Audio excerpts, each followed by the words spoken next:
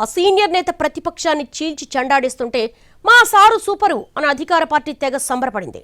కానీ ఈసారి అదే సారు నోటి నుంచి వచ్చిన పెగ్గు పురాణం దెబ్బకు కిక్కు మరీ ఎక్కువైపోయి భూమి తల్లకిందులుగా తిరుగుతున్నట్టుగా కనిపిస్తోందట టీడీపీ లీడర్స్కి. ఓవైపు ప్రభుత్వ పెద్దలు లక్షల కోట్ల వ్యాపార ఒప్పందాల్లో బిజీగా ఉంటే బీర్లు బికినీలు అంటూ అటెన్షన్ డైవర్ట్ చేసిన లీడర్ ఎవరు? ఎందుకరచ్చా? మైండ్లో ఏదనిపిస్తే పైకి బ్లైండ్గా అనేసే కొద్దిమంది రాజకీయ నాయకుల్లో ఒకరు చింతకాయల అయ్యన్న పాత్రుడు. తేడా వస్తే పార్టీ అధినేత అయిన డోంట్ కేర్ అనే నైజం ఈ టీడీపీ లీడర్ది. బహుశా ఆయన దూకుని తట్టుకోవడం కష్టమని భావించిందో లేక సీనియారిటీకి గౌరవం ఇవ్వాలనుకుందో కానీ ఈసారి అయ్యన్నను స్పీకర్ పోస్టులో కూర్చోబెట్టింది టీడీపీ అధిష్టానం. ఆయన్నిక లాక్ చేయమని పార్టీ పెద్దలు భావించినా అయ్యన్న పాత్రుడి నోరు మాత్రం ఆగడం లేదు. సందర్భం వచ్చినప్పుడల్లా ఫక్తు రాజకీయ నాయకుల్లాగానే మాట్లాడుతూ తాను వాటికి అతీతమైన పోస్టులో ఉన్నారన్న సంగతి మర్చిపోతున్నారన్న విమర్శలున్నాయి. స్పీకర్ అయ్యాక అంతకుముందు కూడా ప్రతిపక్ష నాయకుడు జగన్మోహన్ రెడ్డిని, వైసీపీ ఎమ్మెల్యేలను ఆటాడేసుకున్న అయ్యన్న ఇప్పుడిక తన గన్ను స్వపక్షం మీదకి ఎక్కుపెట్టారా అన్న డౌట్స్ వస్తున్నాయి. కావాలని అనుకున్నా ఆయన ఉద్దేశం ఏదైనా అయ్యన్న మాటలు మాత్రం ప్రభుత్వాన్ని తీవ్రంగానే ఇరుకుని పెడుతున్నట్లుగా విశ్లేషిస్తున్నారు. మరీ ముఖ్యంగా ఇటీవల ఆయన చెప్పిన పెగ్గు పురాణం మాత్రం చర్చనీయాంశమైంది. విశాఖ వేదికగా 3 రోజుల పాటు సిఐఐ భాగస్వామి సదస్సు నిర్వహించింది ఏపీ సర్కార్.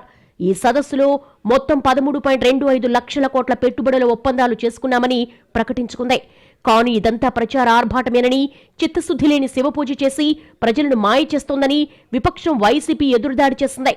2014-2019 మధ్య ఒప్పందాల పేరుతో బిల్డప్ ఇచ్చి వేల కోట్లు ఖర్చు పెడితే కేవలం 2% పెట్టుబడులు మాత్రమే రాష్ట్రానికి వచ్చింది నిజం కాదా అని ప్రశ్నిస్తోంది వైసీపీ.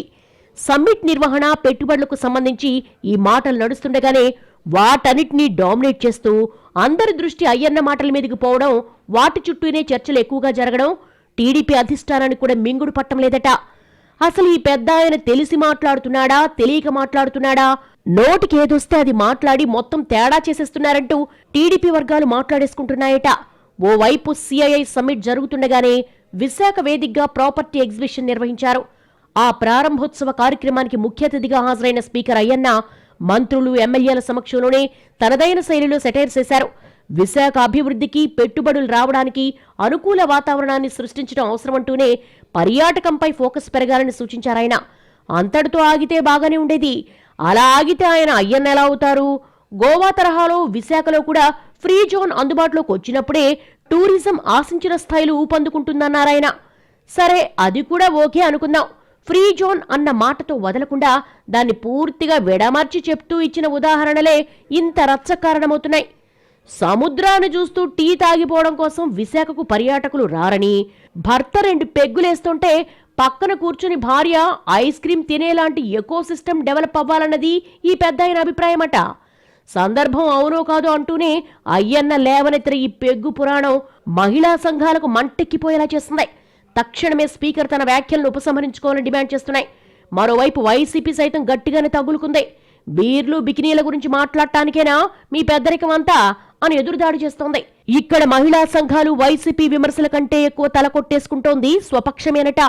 సమ్మిట్ మొదటి రోజు అందరి దృష్టి పెట్టుబడుల సదస్సుల మీద ఉంటే అయ్యన్న చేసిన హాట్ కామెంట్స్ మొత్తాన్ని డైవర్ట్ చేసి పడేశాయని చర్చలో బాధపడ్డారట టీడీపీ పెద్దలు.